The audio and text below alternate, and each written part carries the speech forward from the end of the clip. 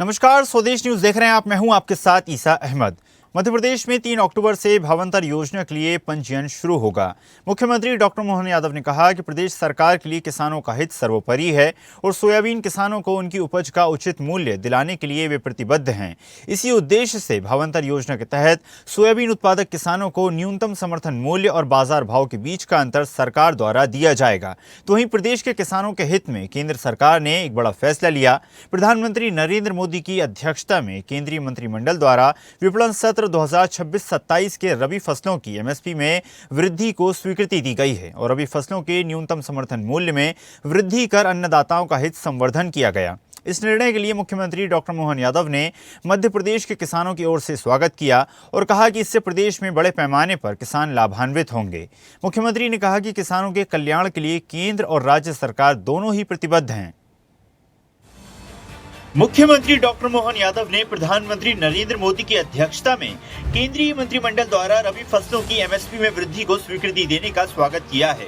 मुख्यमंत्री डॉक्टर मोहन यादव ने कहा कि केंद्रीय मंत्रिमंडल ने विपणन सत्र 2026-27 के लिए रबी फसलों के न्यूनतम समर्थन मूल्य में वृद्धि कर अन्नदाताओं का हित संवर्धन किया है। इस निर्णय से मध्य प्रदेश के किसान भी बड़े पैमाने पर लाभान्वित होंगे। किसानों के कल्याण के लिए केंद्र और राज्य सरकार दोनों ही प्रतिबद्ध हैं। मुख्यमंत्री डॉक्टर मोहन यादव ने कहा कि तुलनात्मक रूप से देखें तो गत वर्ष की तुलना में गेहूं में 160 रुपए, जौ में 170 रुपए, चना में 225 रुपए, मसूर में 300 रुपए, रेपसीड और सरसों में 250 रुपए की वृद्धि की गई है। सर्वाधिक वृद्धि कुसुम के लिए 600 रुपए प्रति क्विंटल हुई है।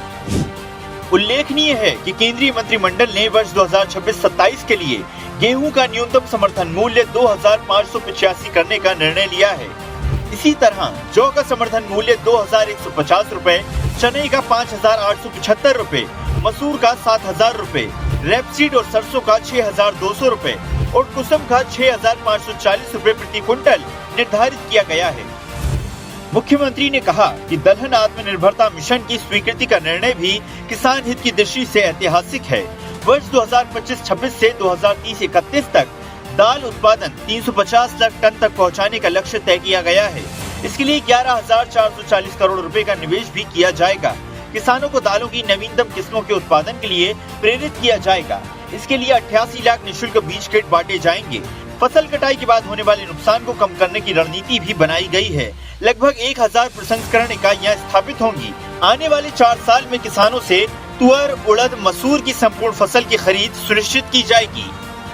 भावांतर योजना के माध्यम से तमाम भ्रांतियों को अलग हटा करके हम एमएसपी पे किसानों को उनकी रकम दिला करके रहेंगे। हम कोशिशें कर रहे हैं कि हमारी सरकार अब पहले 10 तारीख से पंजीयन करने वाली थी, 25 तारीख तक मुझे बताया गया कि फसल जल्दी है, तो हमने 3 तारीख से ही पंजीयन प्रारंभ कर दिया और 24 तारीख से जहाँ किसी भी मंडी में किसान अपना माल बेचे उनको कोई लाइन में लगने की ज़रूरत नहीं है, उनको कोई धक्के खाने की ज़रूरत नहीं है, उनको कोई FAQ का जो नाटक चलता था उसकी आवश्यकता नहीं। और हमने प्रशासन को, कलेक्टरों को, सभी अधिकारियों को निर्देश जारी करे हैं मंडी में हर हालत में व्यापारियों को उनकी तरीके से व्यापार भले ही करे लेकिन किसानों को घाटा नहीं हो, उनकी फसल का उचित दाम उनको मिले और डिफरेंस अमाउंट हमारी सरकार देगी। माननीय प्रधानमंत्री के नेतृत्व में किसानों के प्रति जो बेहतरी का संकल्प लिया उसकी वचनबद्धता है और हर हालत में जैसे पिछली बार 4800 में सोयाबीन ली थी, इस बार MSP 500 रुपये बढ़ी।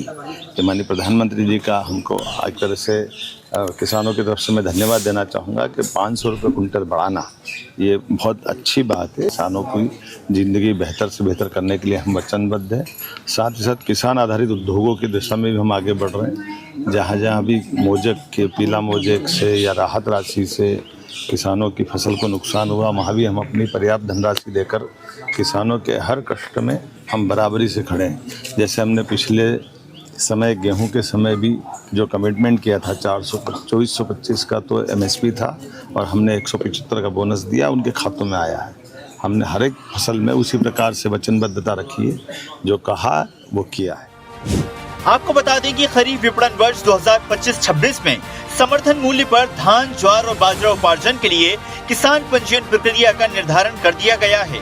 किसान 10 अक्टूबर तक पंजीयन करा सकते हैं, जिसका पंजीयन 15 सितंबर से शुरू हो चुका है। तो वही मोहन सरकार ने प्रदेश के सोयाबीन उत्पादक किसानों को भावांतर योजना का लाभ देने का बड़ा निर्णय लिया है। मुख्यमंत्री डॉक्टर मोहन यादव ने कहा कि हमारी सरकार किसानों को सोयाबीन का उचित मूल्य दिलवाने के लिए पूरी तरह प्रतिबद्ध है। किसानों को किसी भी हालत में घाटा नहीं होने देंगे। किसानों को सोयाबीन की उपज का पूरा लाभ देने के लिए भावांतर योजना के तहत ही 3 अक्टूबर यानी कि कल से पंजीयन शुरू हो रहे हैं। सरकार सोयाबीन किसानों को 5,328 प्रति कुंटल के समर्थन मूल्य का लाभ देगी। किसान अपने पूरे रकबे की उपज का पंजीयन 17 अक्टूबर 2025 तक करा सकते हैं। उपार्जन 24 अक्टूबर से 15 जनवरी 2026 तक होगा। कुल मिलाकर कहा जा सकता है कि प्रदेश के मुखिया किसान कल्याण के लिए पूरी तरह प्रतिबद्ध हैं। यही वजह है कि मध्य प्रदेश के किसानों की जिंदगी बेहतर और खुशहाल बनाने के लिए प्रदेश सरकार लगातार किसान हितैषी निर्णय ले रही है। स्पेशल रिपोर्ट स्वदेश न्यूज। ताज़ा खबरों के लिए लाइक, फॉलो और यूट्यूब पर सब्सक्राइब कर बेल आइकन दबाएं। साथ ही हर अपडेट के लिए विजिट करें swedeshlive.com।